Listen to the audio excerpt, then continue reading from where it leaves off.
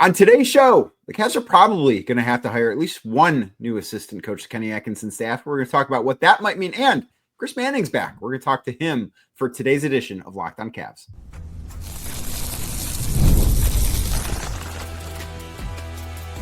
You are Locked on Cavs, your daily Cleveland Cavaliers podcast. Part of the Locked on Podcast Network. Your team every day.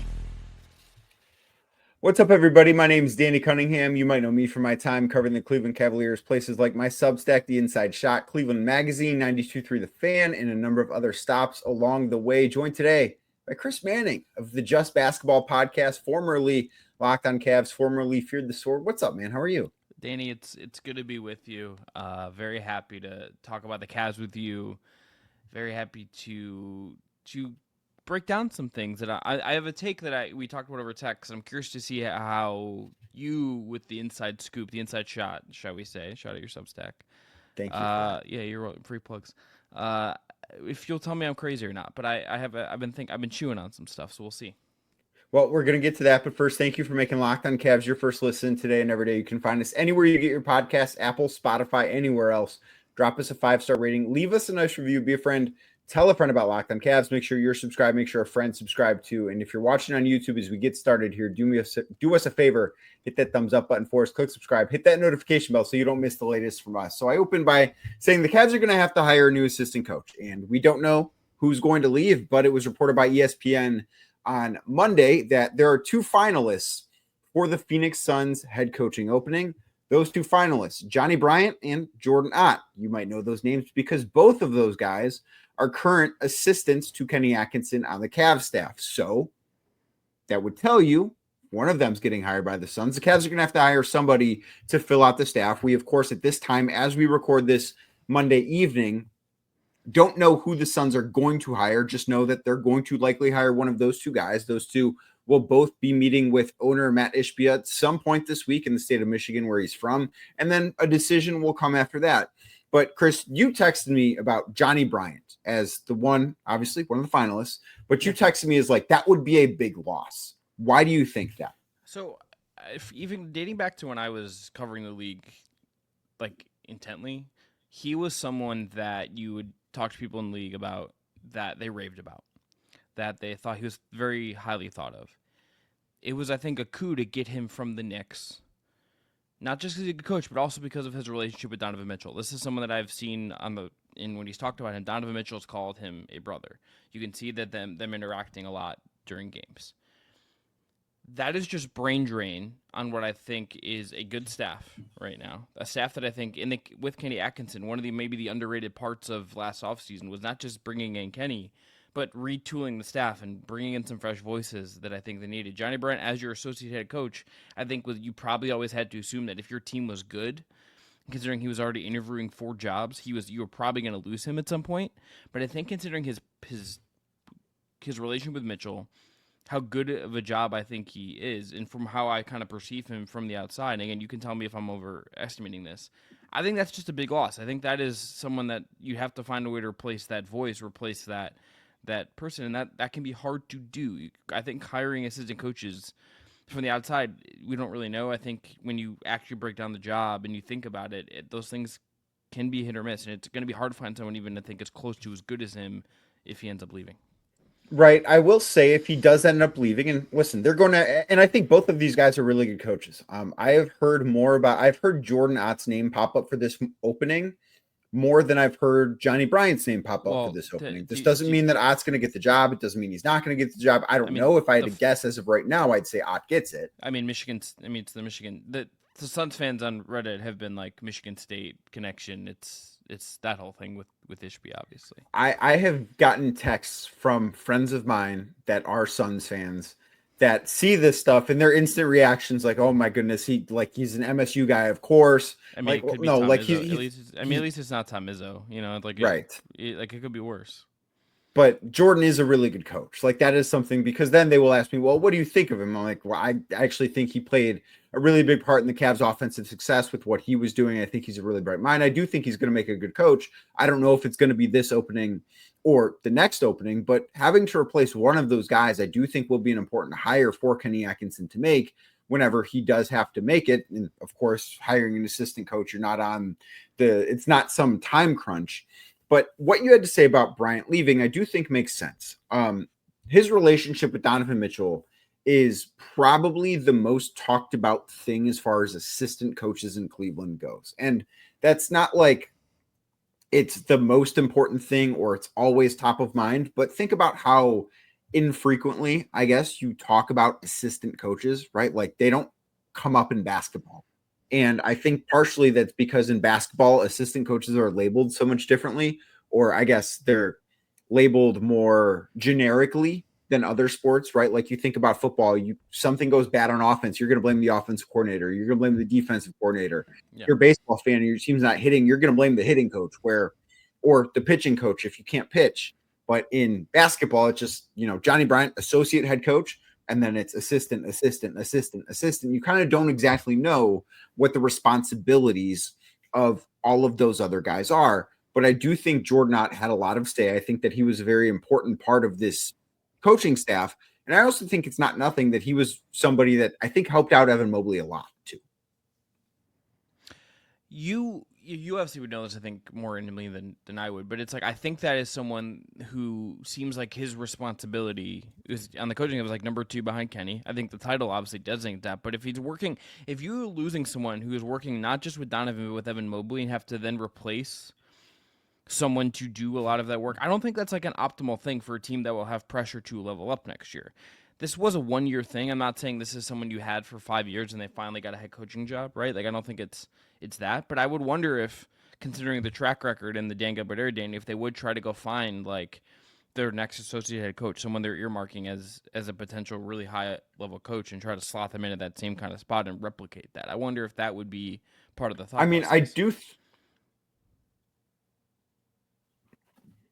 My thinking, and Johnnie has obviously interviewed for head coaching openings before. He interviewed for the Cavs head coaching opening that went to Kenny Atkinson. That is something we're thinking about. Like he's been there before. Jordan Ott has also interviewed for head coaching openings before. He was a finalist for the Charlotte job that went to Charles Lee last offseason. So these guys have been in this conversation before. Johnnie Bryant gets it. I would just imagine Jordan Ott slides up into that associate head coaching role, technically, or title. But I don't necessarily know how much that matters, because I do think Kenny Atkinson has been very big on collaboration, whether it's front office coaching staff collaboration, player coaching staff collaboration, or collaboration within the coaching staff. I think that is kind of something Kenny wants to be a staple of who he is as a head coach. Like he doesn't want to just be seen as this guy we're going to do what I want to do, and that's that. I think that there is a lot of collaboration that goes into it. So I don't know how much the individual titles like associate head coach versus assistant coach necessarily matters. The one thing that I do think you cannot, I know you can't replace, that you mentioned, is the relationship with Donovan Mitchell that Johnnie Bryant has. Yeah. Like that is the one thing that he has that is unique to him as an assistant coach, that you're not going to find another assistant coach out there. Unless the Cavs were to hire Rick Pitino as an assistant, which is not going to happen, because why would that ever happen?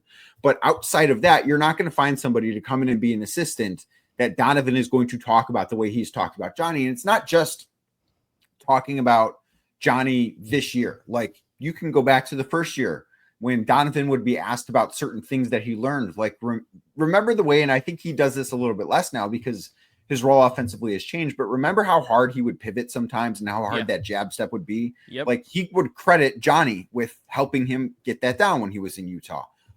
When Johnnie was on the New York Knicks and the Cavs lost to them, that was a big conversation, is Johnnie Bryant versus Donovan Mitchell, even though no one ever actually talks about an assistant coach versus a player as far as a matchup goes.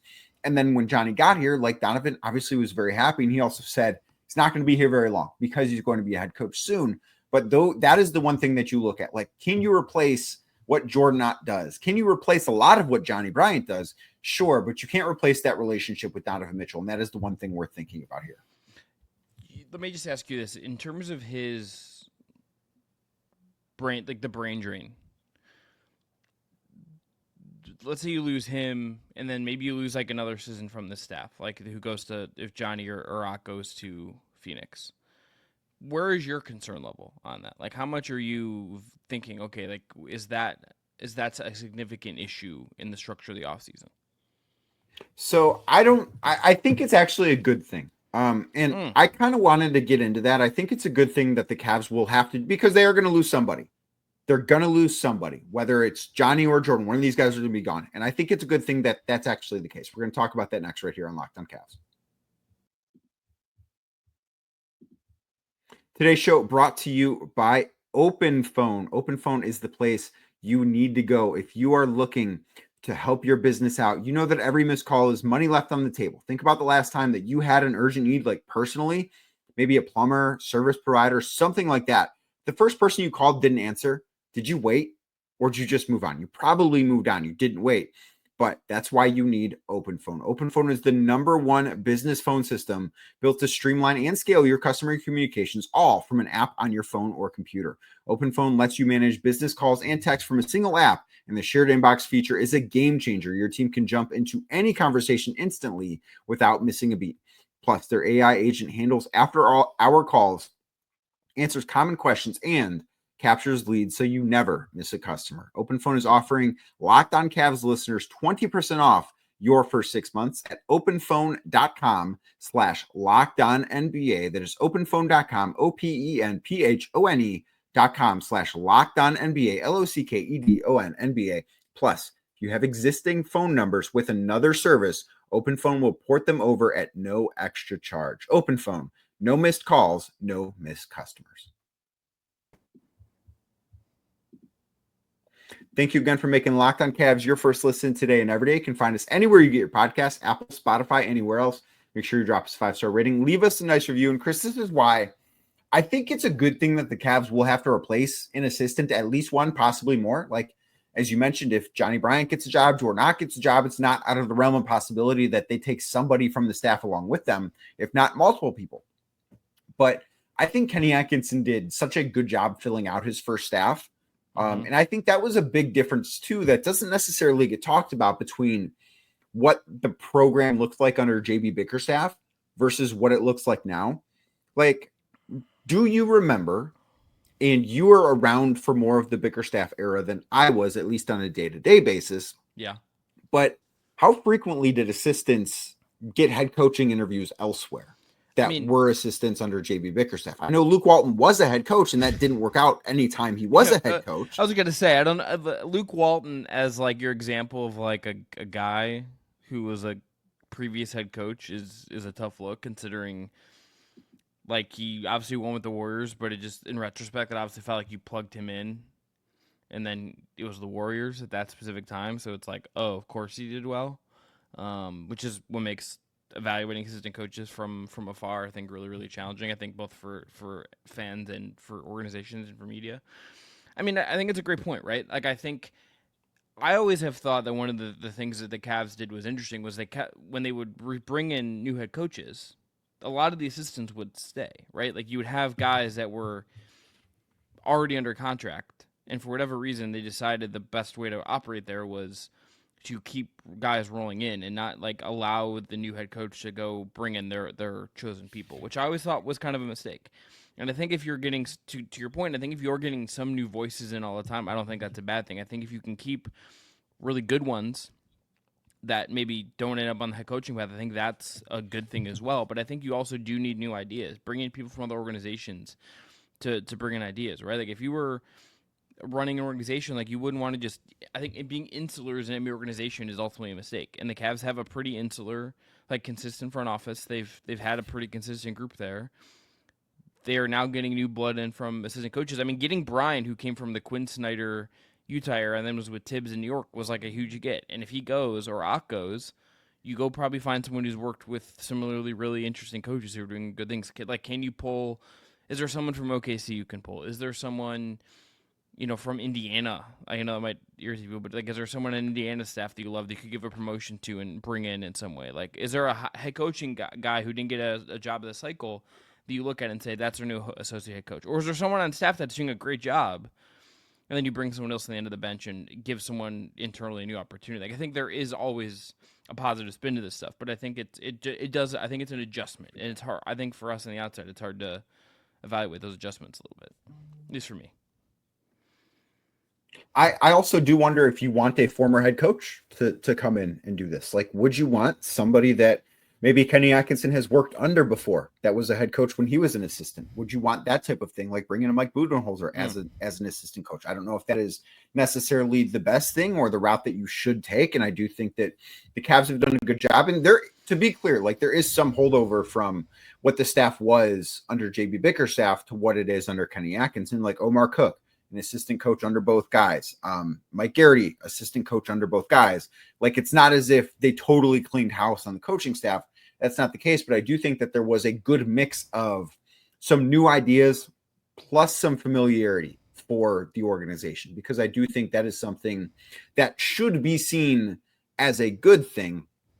But I think what you bring up as far as like who you're hiring from is important, because I talked so much about the collaboration aspect in the first segment that Kenny Atkinson likes to have within his staff, within the organization. And those are things that he openly talks about. Yeah.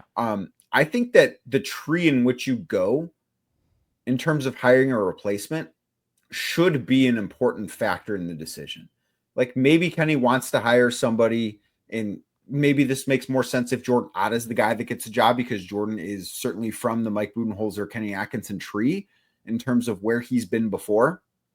So maybe you want to go that direction and just hire familiarity. But if it is Johnnie Bryant, maybe you need to find somebody else that has different experiences, that maybe hasn't worked with Kenny Atkinson in the past, that could be an up and comer. And the Cavs have historically, at least in the last 10 to 15 years or so, been willing to pay for guys that are going to be near head coaches or are close to being head coaches good money to be the associate head coach, because Johnnie Bryant, not the first one to leave a good situation for this role. Like, the same thing, Tyronn Lue was the associate head coach in Cleveland. We didn't necessarily, or maybe some of us did, anticipate it would go as bad with David Blatt as it did, but he was hired away to be the associate head coach, a title that he had elsewhere. Like, that is something that the Cavs have been willing to do. So I don't have doubts about that. Bickerstaff was John Bayline's also associate true. coach, Yeah. and it's like they both use that to get in. I think 2 times before this, it felt like contingency plans. Now it feels like with Atkinson, it's actually just getting top talent, which is probably the healthier model. Yes. And it's like, hey, we might have messed this up, so let's just like have someone on speed dial. That is unquestionably the healthier model. Like, Johnnie Bryant was not a contingency. I mean, he interviewed for the job, but he was not a contingency plan for Kenny Atkinson. There was, and still is, utmost faith in Kenny Atkinson to be the guy. Like, that was not the thing. Yeah. What if you could pick? I know you mentioned a few different organizations. Like, you mentioned OKC, you mentioned Indiana. If you could pick, what coaching tree would you want an assistant to come from into Cleveland staff? Like, if you could pick, let's say it is Johnnie Bryant that goes. And again, I think it's probably more likely Jordan Ott is the guy that gets hired, but it's not as if he's some overwhelming favorite. But if Johnnie Bryant goes and you want to bring in some diversification in terms of coaching style, in terms of where you're coming from, where would you want that to come from? I would say OKC or Miami, probably. And I say that because of the Miami less so in recent years, but OKC, I think, is a shining example of this. It's a player development lens. Like, player development, I think, in the current cap environment, Danny, is one of the things that you have to nail if you're going to win championships, if you're going to compete for championships, if you're going to make deep runs in the playoffs. I think you have to continually be thinking about, how do I get the most out of the young guys we draft? Is this team getting better in the limited amount of practice time we have? Like, I think that next hire, you're obviously thinking about Donovan and Evan, and Mobley, I think, obviously is someone that you're expecting to continue to develop. But I'm also thinking about, okay, is the person I'm going to bring in help me make Jalen Tyson better? Are they going to help me make Luke Travers better? Amani Bates, Craig Porter, like any young guy you draft or bring in the next 3 years. That's part of the lens of viewing it from, because those guys are going to need to matter for you on cheap contracts and actual play real minutes. So, like, I'm thinking about what organizations in recent years have done a good job of developing and turning rookie contract guys, and it's Miami, it's Oklahoma City, and frankly, it's Indiana with the second contract guys. I mean, they got more out of Obi Toppin and Neesmith and Nembhard and like some of these guys they've just brought in than their original teams did. So I'm thinking about, I'm finding the teams that do that well, and I'm trying to do the best I can, I think, to figure out who are the people that are actually good at that kind of thing, in addition to the other stuff I think you want as a head coach. Because you probably, if you do it that way, there's maybe Ott stays and you promote him to associate head coach or something like that, and then you replace some of his work with like a more developmentally minded guy. That's probably what I would do. Potentially. I mean, if Johnnie Bryant is the one that gets the job, like I don't see why Jordan Ott would not get the promotion to associate head coach. Because I do think that if you look at that staff, he's going to be the next head coach. Okay. Yeah, that's my question. And I mean, I suppose that they could move somebody from the back of the bench to the front of the bench, like maybe Damari Carroll, ready to be a front of the bench assistant. I don't know, but it'll be certainly an interesting thing to follow. Chris, we've spent a lot of time so far this offseason talking about who should stay, who should go, who should be traded, what the offseason should look like for the Cavs. Talked about something yesterday that I even feel a little bit stronger about today. I want to talk about that next right here on Locked on Cavs. Today's show brought to you by BetterHelp. Let's talk about something that doesn't get talked about enough. That is men's mental health. There's always this pressure to always keep it together, to perform, provide, never show weakness. But the truth is that real strength, it comes from opening up and taking care of your mental well-being. Every year, 6 million men in the United States experience depression, and many go undiagnosed. But talking to somebody, a friend, a loved one, or a therapist can certainly make a huge difference. Therapy, not just for crisis moments. It's great for learning how to set boundaries, build healthy coping tools, and be the best version of yourself. Plus, with over 35,000 licensed professionals, BetterHelp makes it easy to find a therapist who understands you. As the largest online therapy provider in the world, BetterHelp can provide access to mental health professionals with a diverse variety of expertise. Talk it out with BetterHelp. Locked on Cavs listeners get 10% off their first month at BetterHelp.com/LockedOnNBA. That is BetterHelp, HELP.com/LockedOnNBA, LOCKEDONNBA. Thank you again for making Locked on Cavs your first listen or watch today and every day. If you're watching on YouTube, do us a favor, hit that thumbs up button for us, click subscribe, and hit that notification bell so you don't miss the latest Locked on Cavs. And Chris, I talked on yesterday's show about why I wouldn't trade Darius Garland. Yeah. I don't think it would be a wise thing for the Cavs to do. I know there's been some talk about, potentially it being on the table. I don't think, to be clear too, I don't think that he should be some untouchable. Like, there's a price. Everybody on this roster, I think other than Evan Mobley and Donovan Mitchell too, has a price, but he's the one I would look to avoid. And so much of it, as I keep thinking about this, everything the Cavs needed in the playoffs this year, and even last year to an extent, is what Darius Garland provides. I'm kind of coming around to the fact that this is just, maybe the Cavs just need Darius Garland to be healthy. I think they also need him still to level up, I think, in certain ways. I think that's also part of the challenge here. Because I think a more aggressive Darius Garland, who's more pull-up threes, just a little bit more kind of taking the pressure off of Mitchell to be a really assertive. I think the assertiveness with him was really what was lacking. It felt like to me in the Indiana series. That's still the guy, like, I think you're waiting to kind of come out. I think that's like the pressure reliever. That version of Garland that we've seen in spurts, I think, does alleviate some of the small backcourt kind of issues you would just inherently have with Mitchell and Garland. But I think you're right? It's like, I think it's hard to give up. Like, not that it's, let's say you're between trading Allen and Garland. Allen, obviously a lower salary you're trading, so it's like less money you can take back, all of that stuff. Even with how weird the center position has gotten, I think it's harder to find a Darius Garland type than it is to find a Jarrett Allen type. Garland's just more talented. He's better. Has a more, I think, impactful skill set for the modern NBA. I would almost trust that I could get a rookie center contract guy in the trade that I'm making for Allen and figure it out, right? I think that would be a bet I would make more than it's okay, we traded, the Suggs thing was the thing that I know got kind of misaggregated out there for what it was. But it's if you make that trade, it's on one hand, I get why that's an impulse you would make to fill it more kind of a more natural fit per se, but you're losing a ton of what makes the NBA matter now, which is offense and on ball creation and scoring and smart decision making. You're trading in, then you have to fill that up with Mobley. Are you then more committed to trying to keep Ty Jerome and have less leverage to kind of bring him back at a good number? like it creates more complications for I think particularly for what Kenny Atkinson does. It would be a more reasonable if JB Bickerstaff or more defensive minded head coach was still the Cavs head coach. A Garland trade probably makes more sense, but I think it makes less sense in a Kenny Atkinson context. Yeah, I think that everything they needed in that Pacers series is stuff that he provides. Like they needed the pressure relief, they needed creation, they needed shot making. And to your point about Allen, and I am on team, the Cavs should be looking to trade Jarrett Allen. You're not dumping him for nothing, but I do think that that's the direction they should go this offseason.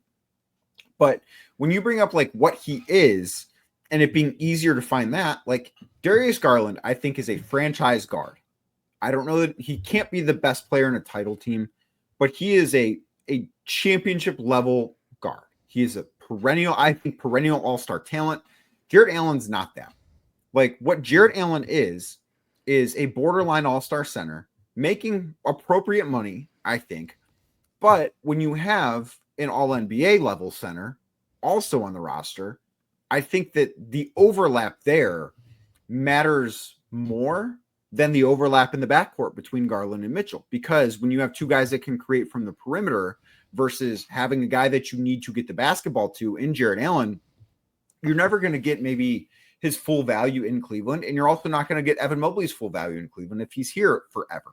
And I don't expect him to be here forever, whether it's this offseason, next offseason. Like I would be stunned if Jarrett Allen finishes his current or the contract extension he signed last summer. I'd be stunned if he finishes that in Cleveland.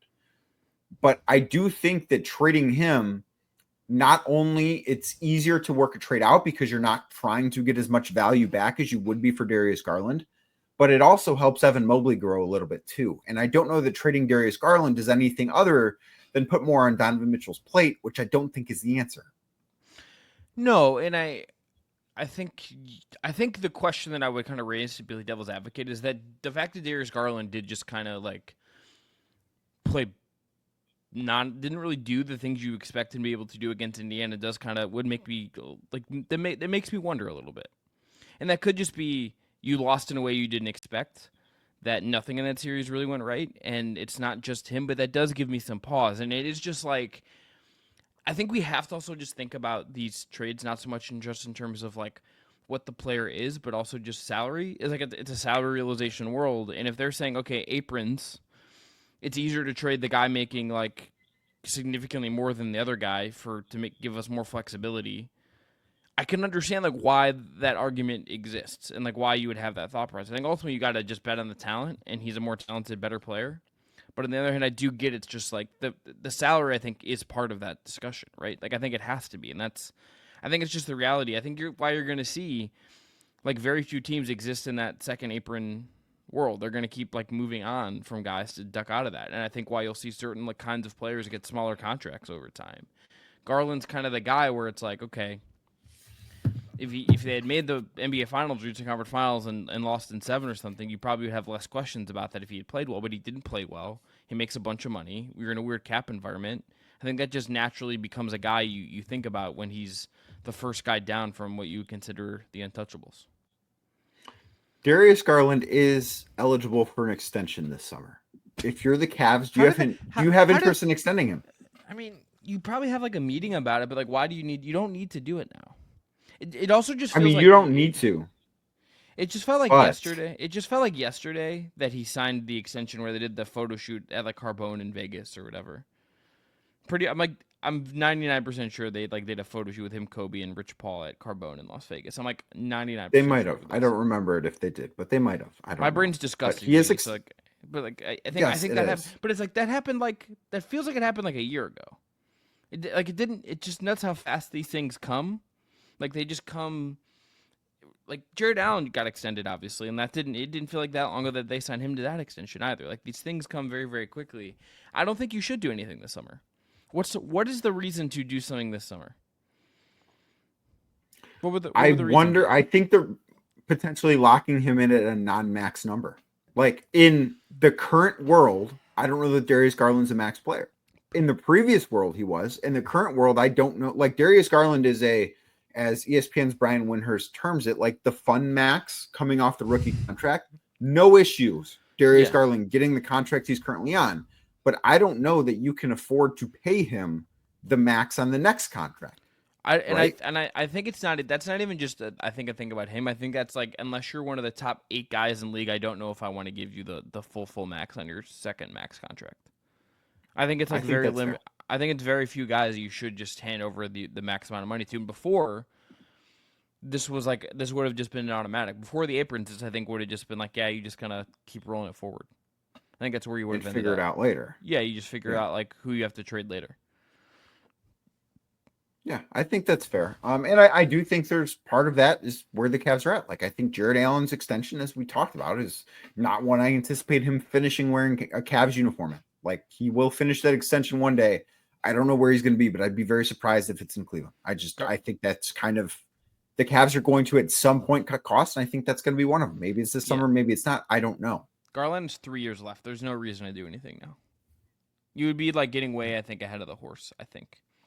I think you're probably right. I think unless it was like you're like very sure that it was a good deal, like below max, then you do it. But that's not how Clutch operates. Like that's not Correct. historically Yeah. how Rich Paul and that agency operate for their clients. They would probably rather like float that he wants out, or that the Cavs are looking to trade him, more than they would take the discount. Yeah, I think that's fair. Chris, thank you for doing this. It was a blast having you back. I'll have to have you back on at some other point this summer to just talk about something that's not like an assistant coach change. I mean, if you don't call me the day Isaac, and I'm predicting this, when Isaac Okoro gets salary dumped, I'm going to be offended. Okay, I will that day, because I think that will happen too. That is one of my offseason predictions. I think he will get traded. Yeah. You and I will podcast. I'm going to make you duck out of your real job if it happens between 9 and 5, and we are doing an emergency podcast, no matter what time of day it is. Fine. You are committing to this now. Yeah, I'll get some midday. I'll get a migraine, and we'll podcast about Isaac Okoro getting traded to the Wizards. And then we'll go to the bar afterwards. Chris, thanks so much for doing this. You can find Chris over at the Just Basketball podcast, anywhere you get your podcast. And you can find this podcast anywhere you get your podcast as well. Like us, subscribe, give us a 5-star rating, hit that thumbs up button if you're on YouTube. And I will be back tomorrow right here on Locked on Cavs talking more about the Cleveland Cavaliers.